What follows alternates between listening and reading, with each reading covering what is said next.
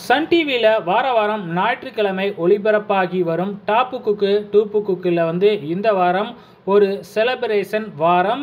So no elimination, no competition, ஒரு celebration தான். Celebration அப்படின்னாவே கண்டிப்பாக ஏதாச்சும் ஸ்பெஷல் இருக்கும் இல்லையா?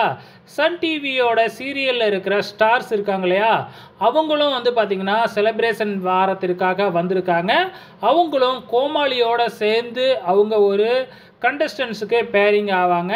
ஸோ இந்த முறை பார்த்திங்கன்னா பேரிங்கை கொஞ்சம் வித்தியாசமாக கொண்டு வந்திருக்கிறாங்க. எப்பயுமே ரொம்பவுமே சிம்பிளாக கொண்டு போவாங்க. ஆனால் இந்த முறை பார்த்திங்கன்னா ப்ராப்பர்ட்டிஸ் எல்லாம் வச்சு செலக்ட் பண்ணுற மாதிரி கொண்டு வந்திருக்கிறாங்க.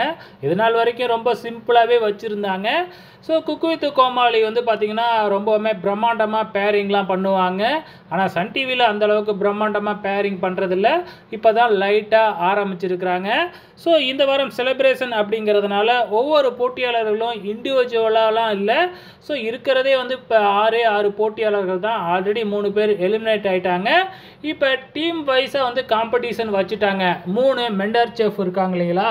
ஸோ அதே மாதிரி 3 பேருக்கு தான், அந்த 3 மெண்டர் செஃப் டீமுக்கு தான் போட்டியே. அந்த வகையில் பார்த்திங்கன்னா மீனை வச்சு டிஷ் பண்ணுறது ஒரு டீமு, அதே மாதிரி நான்வெஜ் பிரியாணி பண்ணுறது ஒரு டீமு, அதுக்கப்புறம் வெஜிடேரியனுக்கு ஒரு டீமு.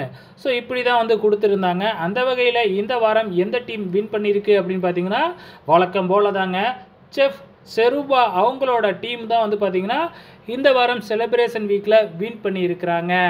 ஓகே ஃப்ரெண்ட்ஸ், அடுத்த வாரம் எப்படி இருக்க போகுது, என்ன மாதிரியான காம்படிஷன் அப்படிங்கிறத வெயிட் பண்ணி பார்க்கலாம்.